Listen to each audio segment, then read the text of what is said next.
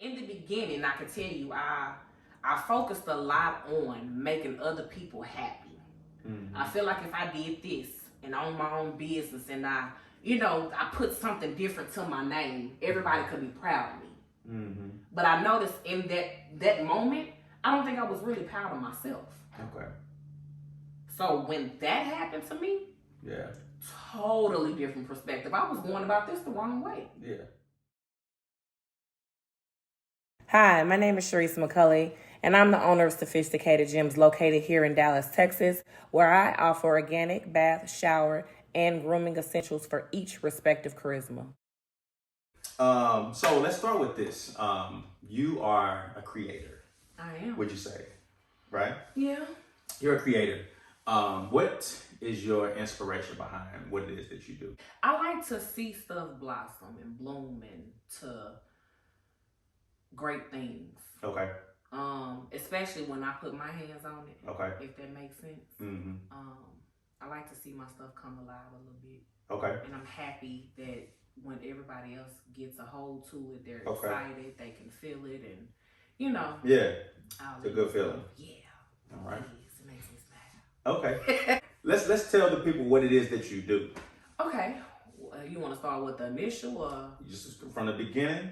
So so obviously the now over never, right? So we have now, right? But the now or never is representative of what was the thing that you took the initial leap of faith that led you into all the things that you're doing right now? The initial leap of faith, I think I would honestly say, I just wanted to stop giving my money to everybody else. There you go. That's it. Like, honestly, like I have had this thing my whole life. I wanted to always make stuff. Okay. I started off younger when I was like, I don't know if you remember, like the little painted t-shirts, the little neon colors that look like so I started that when I was little. Okay. When I was young and elementary and everything, and my mama was doing like the little sequins teddy bear shirts and all of that stuff or whatever. Oh man. Yeah. That was throwback. Long time ago, right? Okay. So it started then. And then too, I kind of moved on over into I always liked to see how things were fixed and made. So I started hanging out with my granddad in the garage. So when he was fixing on cars and everything, I was always asking, like, how does this work? What does this do? Time out. These people need to know where you're from. Are you talking about cars? Why are you talking about cars? So, tell them where you're from. I am from Chicago, Illinois. Yeah, Midwest. So a lot of my words are going to be like, what's she saying? Yes, that cars. Right, you got to pause right here. I know they'll be like, what did she say? Car. That. But car. Yeah. Go ahead. So I was always, that person, like, I was a bug, Joe, like, for real. Like, I wanted to see, wow, this, what put this together? Yeah. How did y'all put all this together? So that started the ultimate step to making jewelry. Okay, gotcha. That, and then one of my favorite necklaces had broke when I was on my way to work. So and I was just like, I can't, it was no more left. I had to fix this. Yeah. No, so I started with that. Okay. And then from there I started making jewelry, bracelets, earrings, necklaces, things of that. And then later on, I would say, was this 2022? I would say 2020. It took a turn. I wanted to start getting into body products, and especially bath bombs and bath salts and stuff like that for women who cannot use a lot of fragrances. So like using we natural... don't really have nothing, right? Yeah. Natural products, organic products, you know. So I started making bath bombs, bath salts, and sugar scrubs, and all this other stuff. And then that led to me starting making beard oils and beard bombs. I just want some of y'all to get into this bath salt that I just made. You can't smell it, but you can only see it. But just know, this is a game changer. And those who have had my bath salts or bath bombs, baby, get ready, because we only going up from here. I took a leap and was like, you know what, let's do it. Okay. I mean, I did this, why not? Yeah. I can do this too. So was it just a matter of research, like figuring out how to make it? Huge. Yeah. Okay. So how did that start? I went to my gynecologist.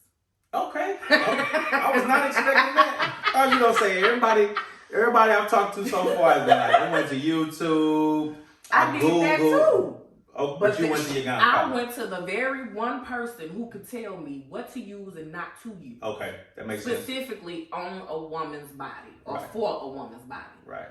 We can't use all this stuff. You know, you look at the back of your lotion or the back of some whatever product that you put on your body, and it's half the stuff is on there that you can't even pronounce and never heard of. Right. You don't know what it does, what compound it's made from, or anything like that. Right. So a lot of my products, when you look at them, you know what they are. You can pronounce them. It's stuff that you've seen before. Stuff that you've seen before. Know about, yeah. And mostly in your kitchen. Okay. Yeah. Okay. Now, did you tell her what you were wanting to do, or you just were asking her questions? No, I told her what I wanted to do. Okay. We sat there and talked about it, of course, doing my appointment. Right. You know, after everything else. But I literally told her, you know, this is what I want to do. Okay. And I've had this problem for years. I'm talking about since I was a kid. I can't use all that stuff. My body is super sensitive, like a lot of people, not even just women, men too. Yeah.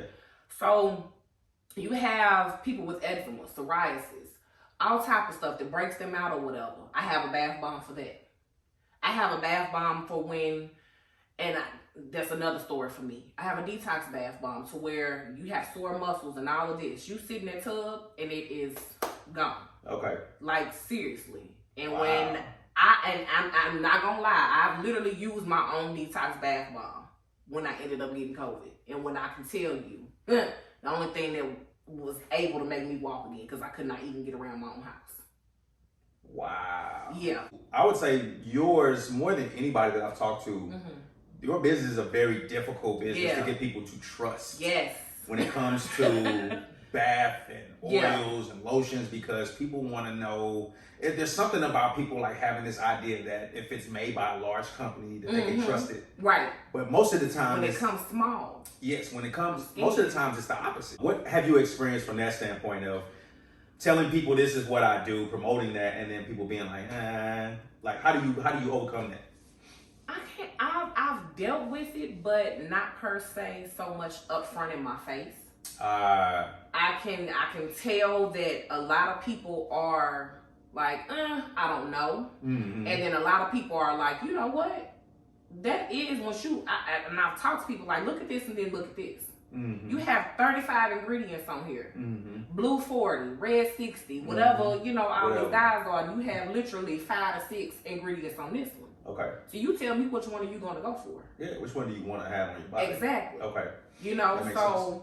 I try to approach people in that sense to let them know, like, I'm not trying to harm you. And then on top of that, I've used it myself. So I'm definitely not going to put something out there that I have not used before. And then when it's coming from someone you know, someone you've been knowing for a long time, family member, whatever, it's like, I'm going to support you. Yeah.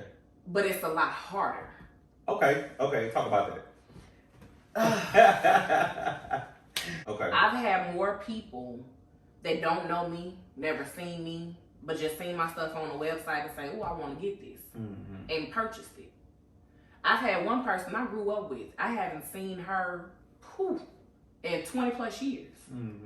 And she bought an order of my bracelets and gave me more than what the purchase price was for them. And I was like, well, you know, you gave me too much. She was like, no, I didn't. I gave you exactly what I wanted you to have. But then you have those that are closest to you that will nickel and dime you. Want the discount? I want the discount. So for me, that was my toughest moment, especially coming from my family. Oh, that's already been done. Or what's make sure stuff so different? We getting somewhere with that. So this is because I feel like a lot of people experience this. So I wanna see what you can share that can encourage people that are dealing with that. So a lot of people are overcoming so many different things when it comes into like taking a leap of faith, doing what it is that they want to do. Sometimes it's not getting into doing it because, as you mentioned, you've been doing this for a while and you have very reasonable reasons to say like, oh, my necklace was broke. I'm about to start making jewelry. I want something else for my skin. I'm tired of spending my own money. I want to make my own stuff. And then you kind of went from there. But How about the continuation of it? And the support, because sometimes a lot of people will shut down because they feel like, oh, okay, well, everybody's telling me I shouldn't be doing this, or everybody's saying it's a waste of time, or you know, it's not selling. Or it's not selling. They're trying to convince you anything. How do you overcome those doubters, those detractors that try to keep you from, especially in the beginning? Yeah. In the beginning, it was really tough. But 2020, I had the biggest breakdown and setback ever. I stopped. COVID or just? No, just me. Yeah. I stopped. It wasn't selling. I wasn't marketing. I didn't know how to market. You had people saying, oh, I'm going to get this, but don't get it. It's like, oh, you took me here, but then you don't get it, so I'm way back down here. It was a lot of up and down moments for me. Wow. It was a lot of, oh, I can go get this at a cheaper price. Or what makes it so different? Or, okay, well, it costs that much? All of that bombarding your head, those thoughts, in the process of you trying to make a piece, stops your creativity. It puts it at a halt, and then you get to thinking, can I do this? Why am I doing this? The doubt. It's a bunch of doubt. It starts to creep in. Man, and it set in for me very, very strong. I wasn't happy because I continued to let outsiders control my mind. I continued to say, you're not going to make it. I continued to say, why are you doing this? I continued to say, that doesn't look good. So if it didn't look good to me, it wasn't going to look good for nobody else. Wow. It was a lot. Yeah. It was a lot. It's funny you say that. Like, the reason why I even wanted to do this in the first place is something that I've experienced my entire life. Like, crippling fear. And crippling doubt. Like, to the point, and from many different reasons, right? Like, you talked about family not believing in you, or like wanting you to like do the real thing, the reasonable thing in life, practical, get a regular job, do career. this, especially once you make an attempt at something and it doesn't jump off immediately, because the perception is that like, oh, if it was supposed to happen, it's going to pop off, which is totally not true. It takes time. Let's go back to this. 2020. Kind of shut down, just disbelief, doubt, whatever it was within yourself, kind of started to get back into it. And then recently, after you then got back into it, you told me that you had something else come up that kind of caused you to stop. So let's talk about that. So I started making my bath bombs. I transitioned, talked to my gynecologist. I stopped listening to other people. Turned the noise off. I turned everything off. It was like, you can do this. You're going to do it. This is something that you want to do. I was making stuff.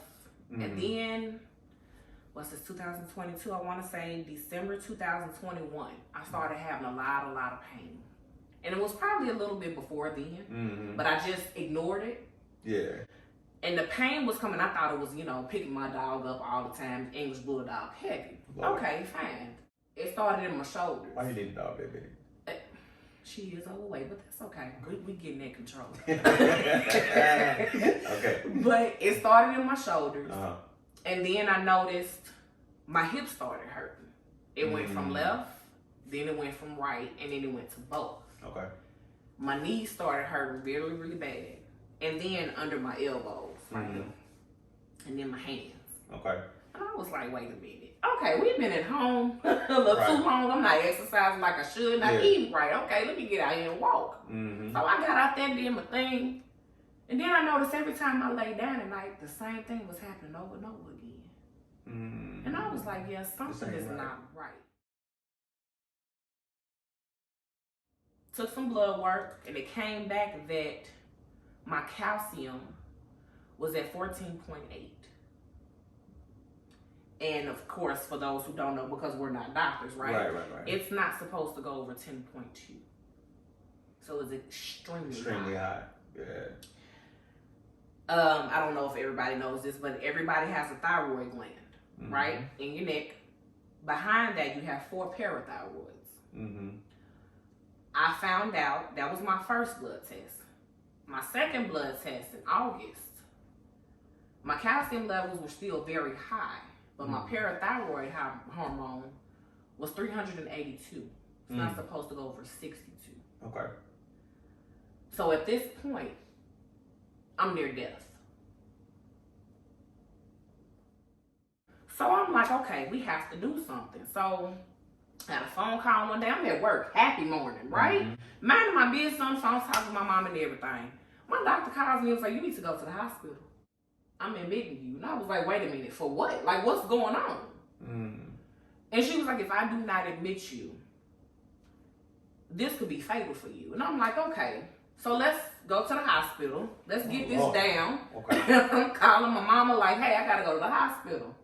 Okay, fine. We go to the hospital. They get everything down, hooked up to all these tubes, and I'm getting needles and stuff poked everywhere and whatnot. Then my endocrinologist came in and was like, I'm so glad that your gynecologist said something to you, because your heart could have stopped. Oh, my God. Just like that. I said, what? What do you mean? I'm sorry, hold on. You're going to have to run that back for me because I don't understand. I feel fine. I'm just in a lot of pain. Right. My parathyroid was hyperactive. They're supposed to be literally the size of a grain of rice. This thing was maybe this big. Wow. Okay. And it's not, a grain of rice is tiny. Yeah. Right. I found out and was diagnosed with hypercalcemia. And I had to have surgery ASAP. And if not, it was either going to be I was in the hospital, tube stuck in my throat and everything every day, or you need to get this done for you lose your life. It sounds like there's different motivations at different times, right? Like first motivation was just wanting to either not spend your own money, you're interested in learning how to make stuff, you want to provide something that makes people happy, all of that. Then you have motivation where like you're going to put yourself first because people are doubting you and you're not going to allow people to stop you from doing what it is that you know you should be doing. There's another motivation. Now, there's a new motivation because you were near death. Yeah. Right? Death knocking on your door, and now you come from that. You still have this thing that you do, and you do very well. What is the motivation now? The motivation now is one, to help people understand their body. That's good. I feel like if people understood what was going on with them, then they would be proactive in getting the help that they need. So that's where I am with it now. Yeah. At first it was just like, okay, yeah, I can do this. This is nice. This is cute. Yeah. But now I really have a reason for it. Yeah. You got a story with it. Yeah. You have a story. And that's the best thing ever for me. Yeah, and it works. And to me, a lot of times, that's the differentiating factor. When you're talking about purchasing products, supporting a business, sometimes, especially if you're doing something that other people are doing, sometimes the difference is I believe in you and what you stand for.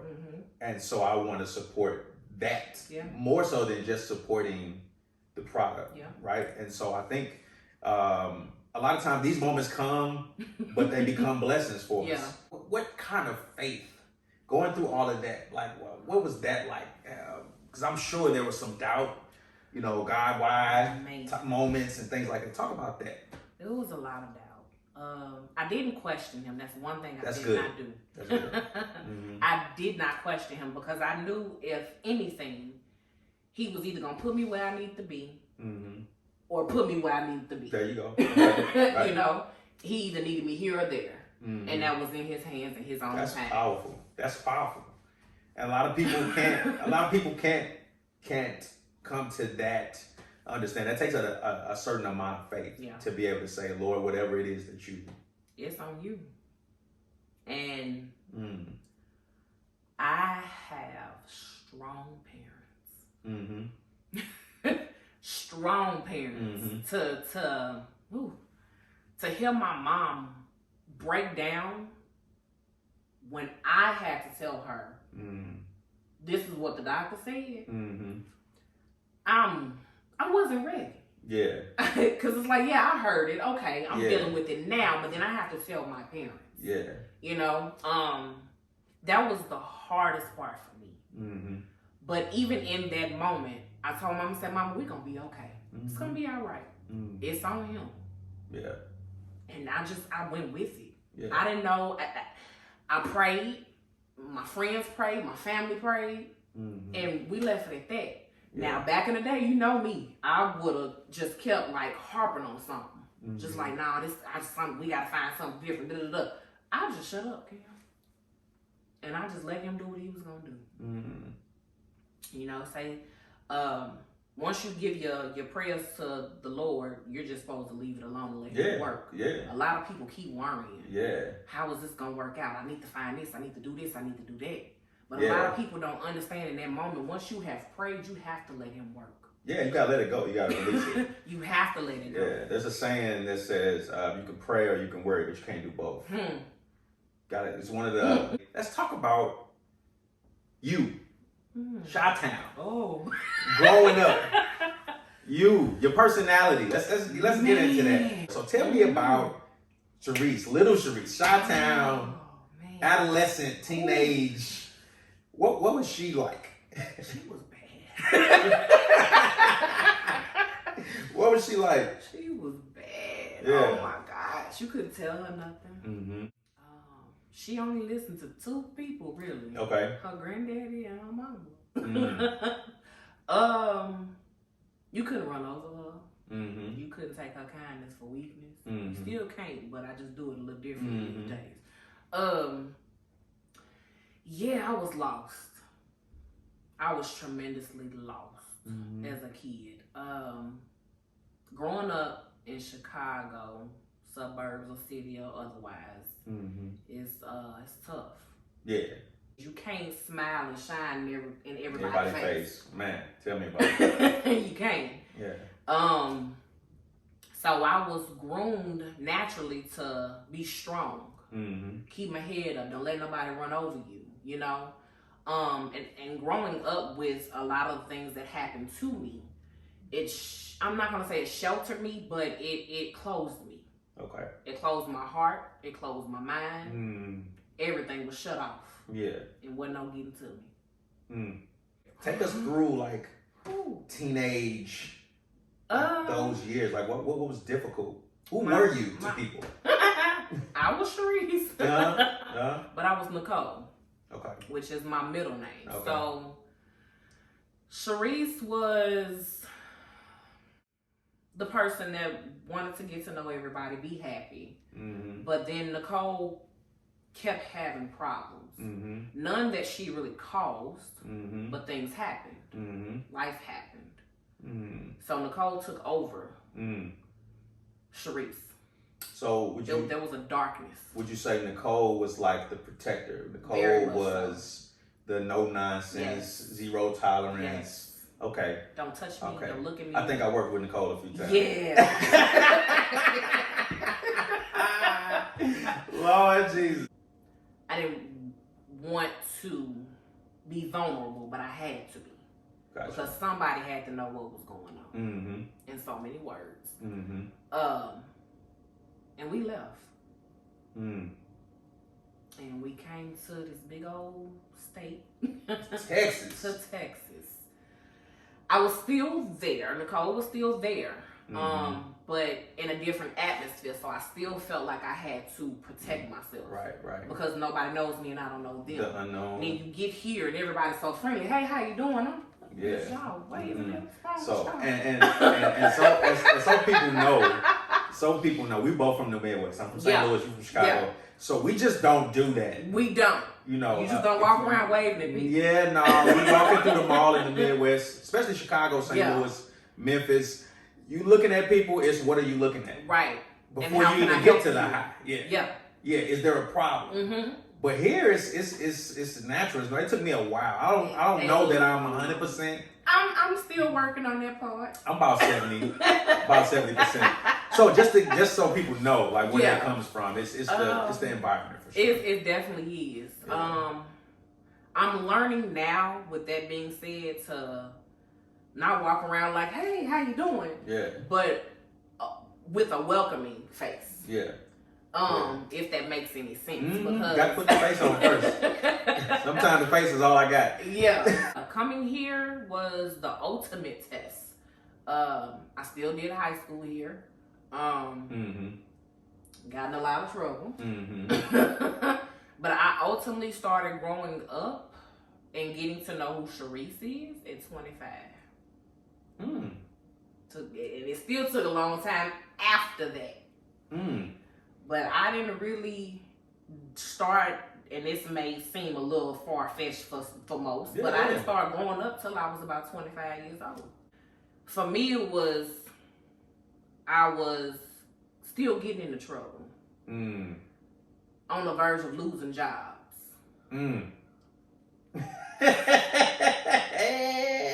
Yeah. we ain't got to talk about it. We ain't got to talk about it. It's fine. Don't bother me now. No, yeah. But yeah, that at that moment I was like, and I was still older than that at that point. But that was the moment for me. It was like, you cannot keep doing this. Something's got to give. Something you got to stop. If you keep going down this route, you're gonna end up in jail or dead. Like literally, you can't just be going off on people like this. Right. You know? But yeah, I had to take a step out of myself and say, okay, we got to do this differently. What would you tell 15, 16-year-old Nicole? Let's talk to Nicole. What would you tell her from what you know now? If you were able to run into her, what would you tell her? That everything is going to be okay. And learn how to open your mouth sooner rather than later. Yes. So that's yours. I like that. Non-versatile. Like that. And so it's going to make people, when you wear it, people going to ask you, what's the non? You can let them know what the non is. It's now over never. It's not saying that you're not versatile. It's saying that you're versatile now over never. You'll continue to be that. Definitely. You continue to be that. So look, I'm excited for you. I'm very proud of you. You already know that. That you have stepped out and really jumped into doing your business. I'm going to be looking for more from you.